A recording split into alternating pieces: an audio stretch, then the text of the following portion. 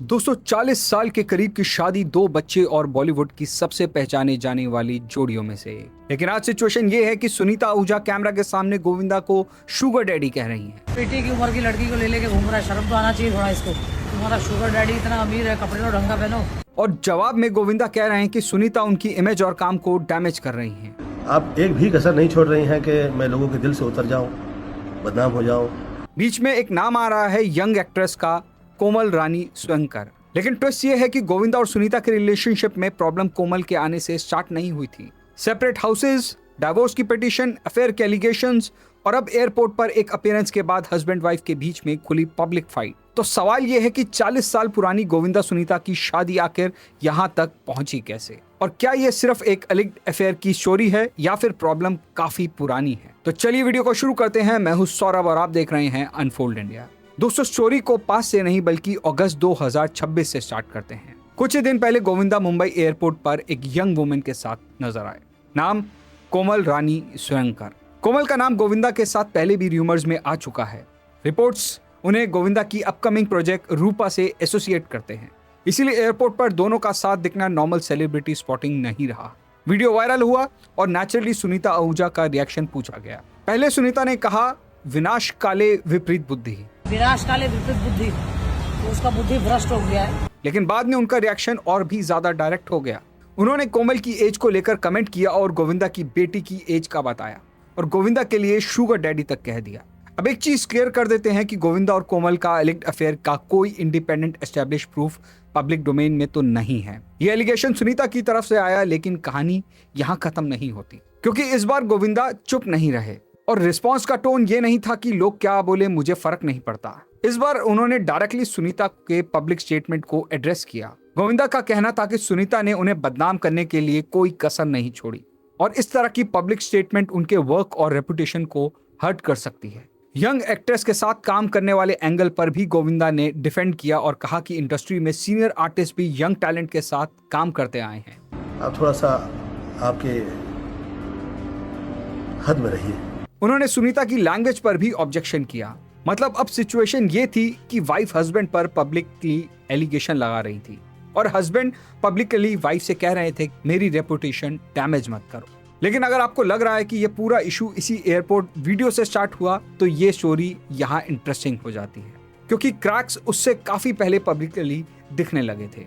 जनवरी 2025 सुनीता ने एक इंटरव्यू में रिवील किया कि वो और गोविंदा अलग हाउसेज में रहते हैं। सुनीता अपने बच्चों के साथ एक अपार्टमेंट में रहती हैं और गोविंदा नियर बाय बंगलो में। उस वक्त एक्सप्लेनेशन ये आया कि गोविंदा का वर्क शेड्यूल, मीटिंग्स और लेट नाइट्स भी इसका एक रीजन था और ऑब्वियसली अलग घर में रहना डाइवोर्स का प्रूफ भी नहीं होता। लेकिन ऑडियंस के लिए भी ये एक सरप्राइजिंग जरूर था, क्योंकि बाहर से गोविंदा सुनीता को decades old stable Bollywood couple के तौर पर देखा जाता था। और फिर सिर्फ कुछ टाइम के बाद एक और हेडलाइन आई और इस बार सेपरेट हाउसेस की नहीं थी, डाइवोर्स की थी। 2025 में रिपोर्ट आई कि सुनीता और गोविंदा के बीच में डाइवोर्स का मैटर चल रहा है और ये सिर्फ रैंडम सोशल मीडिया रूमर्स बनकर नहीं रहा। गोविंदा के लॉयर ने भी कंफर्म किया था कि सुनीता ने पहले डाइवोर्स पिटीशन फाइल की थी, लेकिन लॉयर का ये भी कहना था कि बाद में दोनों के इश्यूज रिजॉल्व हो गए और कपल अब साथ में है। तो ऑडियंस के सामने एक कंफ्यूजिंग पिक्चर थी, एक तरफ डाइवोर्स पिटीशन और दूसरी तरफ रिकंसिलिएशन की बात। और फिर सुनीता का ये कहना था कि उन्हें और गोविंदा को कोई भी सेपरेट नहीं कर सकता। ऐसा लगता था कि शायद जो भी प्रॉब्लम थी वो अब सॉल्व हो चुकी है, लेकिन ऐसा हुआ नहीं। लेट 2025 और 26 में सुनीता के स्टेटमेंट का टोन चेंज होने लगा। अब वो सिर्फ मैरिज प्रॉब्लम या लिविंग अरेंजमेंट की बात नहीं कर रही थी। उन्होंने गोविंदा को एक यंगर वुमेन के साथ लिंक करना स्टार्ट किया और इवेंचुअली नाम भी सामने आया, कोमल रानी स्वयंकर। यहीं से सेलिब्रिटी गॉसिप वेबसाइट और सोशल मीडिया पर एक नैरेटिव बन गया। क्या गोविंदा का अफेयर चल रहा है? फिर से एक इंपॉर्टेंट डिस्टिंक्शन, सुनीता के एलिगेशन एक तरफ हैं, गोविंदा का वर्जन दूसरी तरफ।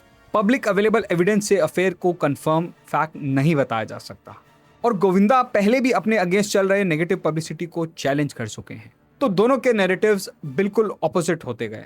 सुनीता बेसिकली मैरिज और ट्विस्ट को क्वेश्चन कर रही थी, जबकि गोविंदा बार बार नेगेटिव पब्लिसिटी और अपनी इमेज को लेकर कंसर्न दिखा रहे थे। और फिर हुआ वो एयरपोर्ट अपीयरेंस, जिसने पुरानी बातें दोबारा सरफेस कर दी। अब यहीं से कंट्रोवर्सी का सबसे इंटरेस्टिंग पॉइंट आता है। लेकिन अगर टाइमलाइन देखें तो कोमल लेटेस्ट कंट्रोवर्सी का सेंटर जरूर हैं, लेकिन सेपरेट लिविंग की बात पहले भी आ चुकी थी। डिवोर्स पिटीशन का मैटर पहले भी आ चुका था। पब्लिक इंटरव्यूज में डिससैटिस्फैक्शन पहले दिखने लगी थी और उसके बाद एलिट अफेयर वाला चैप्टर आया।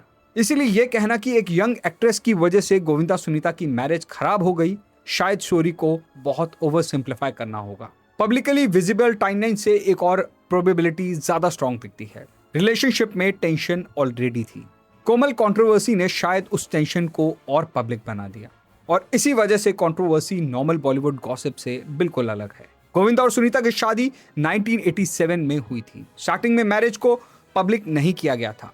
गोविंदा बाद में खुद कह चुके हैं कि शादी को सीक्रेट रखना एक मिस्टेक थी और सुनीता को ये बुरा भी लगता था। अब सोचिए, जिस रिलेशनशिप को बिगनिंग में दुनिया से छुपाया गया, आज उसी रिलेशनशिप के आर्गुमेंट दुनिया के सामने हो रहे हैं। और आयरनी और भी बड़ी है, गोविंदा एक टाइम बॉलीवुड के बिगेस्ट स्टार में से एक थे। आज जब वो नए प्रोजेक्ट्स और अपने करियर को लेकर दोबारा एक्टिव दिख रहे हैं, हेडलाइंस उनके कमबैक से ज्यादा उनकी मैरिज को मिल रही हैं। और एग्जैक्टली इसी चीज को गोविंदा अपने रिसेंट रिस्पॉन्स में इशू बना रहे हैं। उनका कंसर्न है कि पर्सनल कंट्रोवर्सी उनके प्रोफेशनल वर्क को ओवरशैडो कर रही है। अब सबसे ऑब्वियस सवाल, सच किसकी साइड है, सुनीता की या फिर गोविंदा की? यह कहानी में अभी भी बहुत कुछ पब्लिक को पता ही नहीं है। आंसर है कि हम एग्जैक्टली नहीं जानते, क्योंकि सुनीता ने अफेयर एलिगेशन ओपनली लगाया है और गोविंदा ने पब्लिक क्रिटिसिज्म का जवाब दिया है और अपने प्रोफेशनल एसोसिएशन को डिफेंड किया है।